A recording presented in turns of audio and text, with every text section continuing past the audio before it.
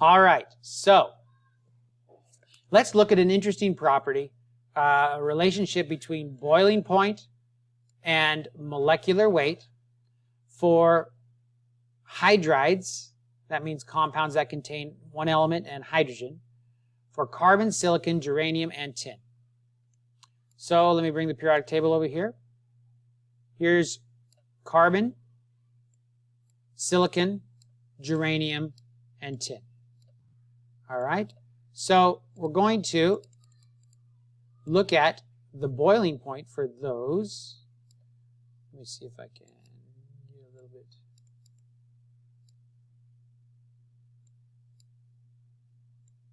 Move it up a little bit. Okay, carbon, silicon, germanium, and tin. All of them just have 4 hydrogens on them, right? Why do we get a higher boiling point as we move down the periodic table? I don't know. Why? Well, remember, it has to be, and that's the answer to all the questions, intermolecular forces, right? Oh yeah, intermolecular forces, but why is it? Oh, because it's larger, right? That's right. Tin hydride is larger than silicon or germanium, and you see that there's a pretty good relationship in terms of almost linear for the size of the molecule to its boiling point. And you see the same trend for nitrogen with hydrogen, phosphorus with hydrogen, arsenic with hydrogen, except for nitrogen with hydrogen has a significant shift. Antimony, sulfur, oxygen, antimony, where are we at? Antimony, arsenic, phosphorus, and nitrogen, beryllium, selenide, sulfur, and water. And you see that hydrogen on oxygen, hydrogen on fluorine, and hydrogen on nitrogen makes a huge change in the intermolecular forces. Now, why is this? Oh, is that hydrogen bonding? That's right. You have hydrogen bonding occurring. So because fluorine, nitrogen, and oxygen are super electronegative, then you have an increase in the intermolecular forces. Now, why do you think water is higher than HF and NH3? HF is stronger in terms of its dipole. Is it because of London forces also? That's right. London forces also are playing a role here. Very good. Hydrogen and fluorine are it's a very small molecule. Water is relatively large.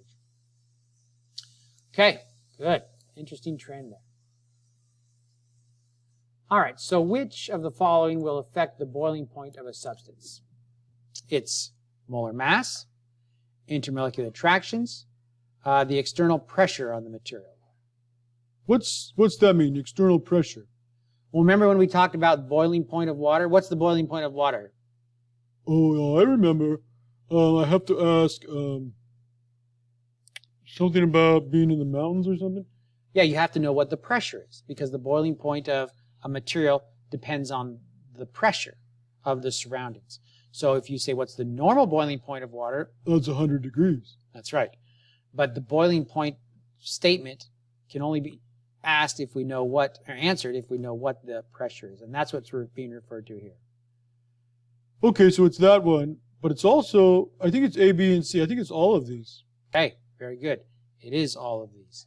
The mass, larger masses have what? Higher or lower boiling point? Higher boiling point, because more intermolecular forces. That's right. Stronger intermolecular attractions results in higher boiling point. And the pressure, as we just discussed. Okay. What compound here do you think would have the highest boiling point? Can I look at the periodic table? Yeah, let's bring up the periodic table here, because what we're looking at is hydrides of oxygen, sulfur, selenium. That's just what we saw, right? That's right. So what was the answer? It was water. Okay. And why was it that water had the highest intermolecular force? Or sorry, it has the highest intermolecular force, and so it results in the highest boiling point. Why does it have the highest intermolecular force? Because of hydrogen bonding. Very good. Which element below has the highest boiling point? Highest boiling. elements below. Oh, krypton is a noble gas, right? Krypton or what's bigger, krypton or bromine? Well, you see, in terms of elements, krypton is bigger than bromine, right? Yeah, so is it krypton? Well, bromine isn't just Br, it's Br2. Oh, yeah, so it's bromine. That's right. Bromine has the highest boiling point. Now, we knew that bromine had the highest boiling point compared to chlorine and fluorine because we've been talking about that a lot. But we could have remembered that the higher molecular mass results in a higher boiling point. Krypton has a lower molecular mass. What is the intermolecular force for all of these that bind them to themselves? Just London forces, right? That's right, just London forces. Okay. So, I want to show you how the temperature of a system changes as you add heat to it. If we start off with a solid and heat it up, the solid will, the molecules or the units, whatever they are, the chemical in the solid will begin to move. And as that motion occurs, that's an increase in temperature. At some point, though, the solid will begin to melt. And so the actual temperature won't change. Even though heat is being added, all of that energy is going to go into converting the solid to a liquid, which is overcoming those intermolecular forces. And then once all of it is melted, you have a liquid which can be heated. The molecules move faster and faster and faster until they begin to jump off of the surface, and that's boiling. And now all of the energy that's being added in the form of heat isn't going to heat the liquid any hotter. It will only boil the water more, or boil the liquid more, until it doesn't need to be water. This could be any compound, right? Until it's all gaseous. Once it's all gaseous, then you can raise the temperature even higher. Okay? So, here is, we're going to play Pictionary. Remember that game? I draw a picture, you tell me what it is? Okay. Here I go. Ready? Yeah, I'm ready. Okay, go. Cylinder, a hat, let's see. Oh, is that water in there or something liquid in there? What are those? These are bubbles, can't you tell? Oh, okay, bubbles. Okay, so is that like boiling? That's right, it's boiling. And it is water in here. So it's boiling water. Now, what's the temperature of that water if this is occurring at 1 atmosphere? What's the temperature of the water? You didn't show me the temperature of the water. No, but you can see that it's boiling, right? Well, what if it's really hot? What if it's been boiling for a long time? See, now that's the thing. The temperature of boiling water won't change because any extra heat that's added only goes into overcoming those intermolecular interactions. So, because I can see that this water is boiling, it must be 100 degrees Celsius. After all the water is converted to gas, then I can make the gas molecules move faster and faster and faster by adding more and more heat. But if it's boiling or in the melting phase, right, the temperature of the system has to be whatever the boiling point of that compound is or whatever the melting point of that compound is. And that's why if I have an ice chest of water, or if I have maybe a cup of water, here's a cup of water, here's another cup of water. These are ice chunks in the water, okay? And here is a cup of water with just one ice chunk in it. Which one of these is colder? I guess you're going to say they're the same, right? That's right, they are the same. And the way that we know that is because, now down here it might be different temperatures, not always exactly the same. But the point is that all of the energy can't raise the heat of the water until all that ice is melted. Okay. Going the other way, you can imagine taking a gas, cooling that gas down until it's a liquid, and then cooling that liquid down until it's a solid, and you have a similar type of curve showing that during condensation or during liquid to solid freezing, right, the temperature isn't changing. What's happening is these intermolecular forces are overcoming them, are being initiated, right? So, the enthalpy, or the heat required to take a liquid to gas, is called the heat or enthalpy of vaporization. The enthalpy that results when required for a solid to go to a gas is called the enthalpy of sublimation.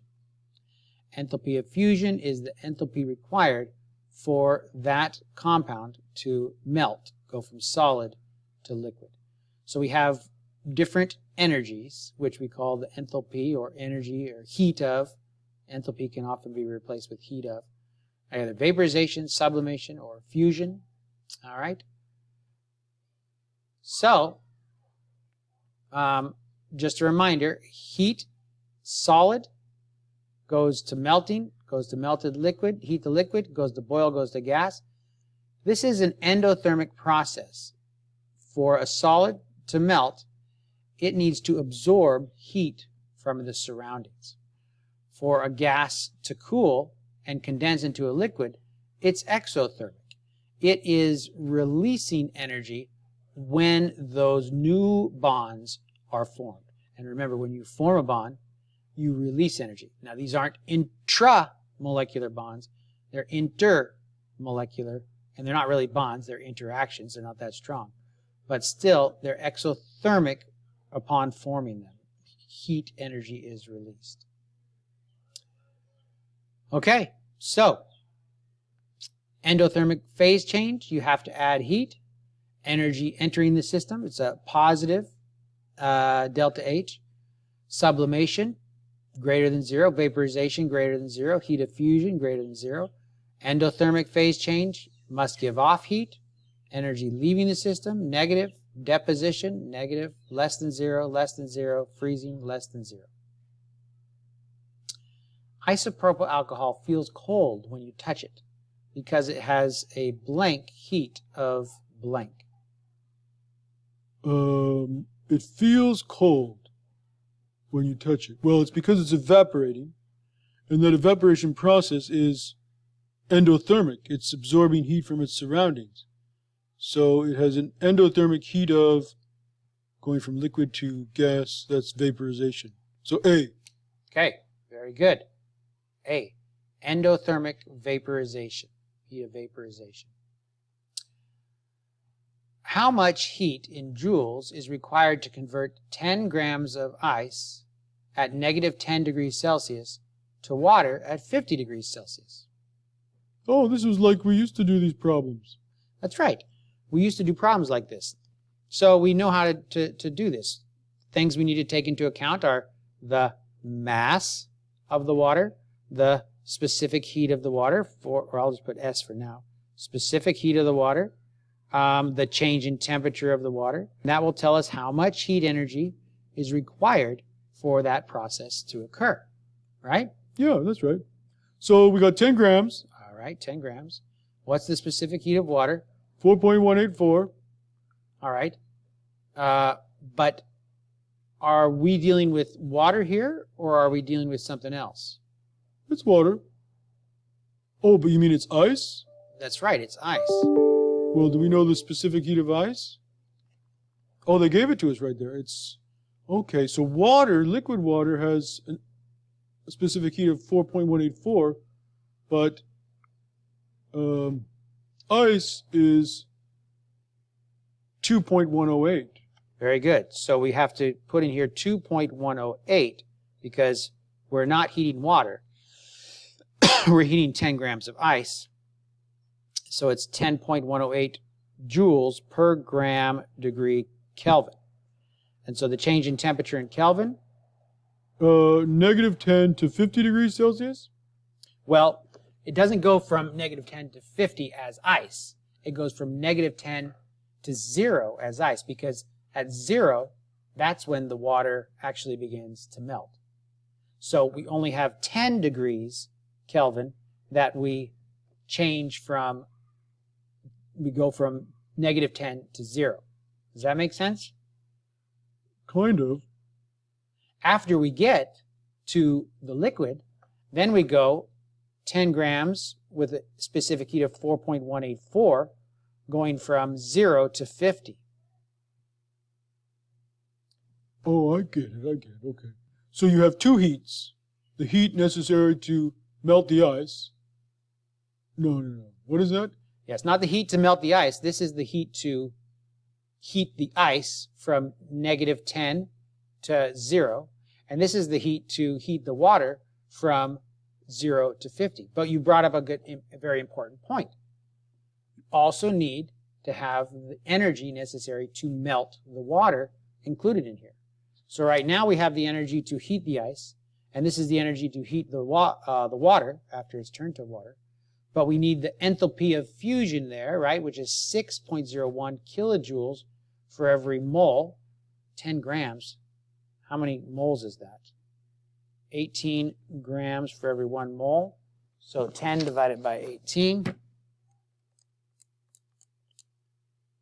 0.555 moles of water. All right. 0.55 moles of water. And it's 6.010 kilojoules for every mole of water. So I'm going to multiply that by 6.010. So it's going to take, times how many moles? So it's going to take 3.339 kilojoules, times that by 100 to convert it to joules, because our other information is in joules, not 100, 1,000. So times it by 10 there. So it's 3,308. 3,338 joules of energy. This is the energy to melt. Again, it told us 6,000 joules, 6 kilojoules, for every mole. We identified how many moles we had. So this is the energy to melt. This is the energy to do what? To heat the ice? That's right, to heat the ice. And this is the energy to what? To heat the water after it was melted. That's right, to heat the water. All right, so the answer is going to be 21.08 times 10, which is 210. So I'll just do that. 10 times 2.108 times 10. All right. And then we also need to do the energy to heat the water. 10 times 4.184 times 50. So I have this energy to heat the ice, plus this energy to heat the water, plus this energy that was required to melt the water. Okay, 5,641. Is that one of the answers? Okay, B. Very good. So, just like before, we can identify how much energy is necessary to heat water from one temperature to another. Now we can include how much energy it takes to take ice, heat it until it's melted, or heat it till it comes to its melting point, melt it, and then continue to heat it. But we just have to recognize the different specific heats for the solid and the liquid form, and also include the enthalpy of whether it's fusion, evaporation, or whatever the process entails. Okay, good work. See you later. Bye.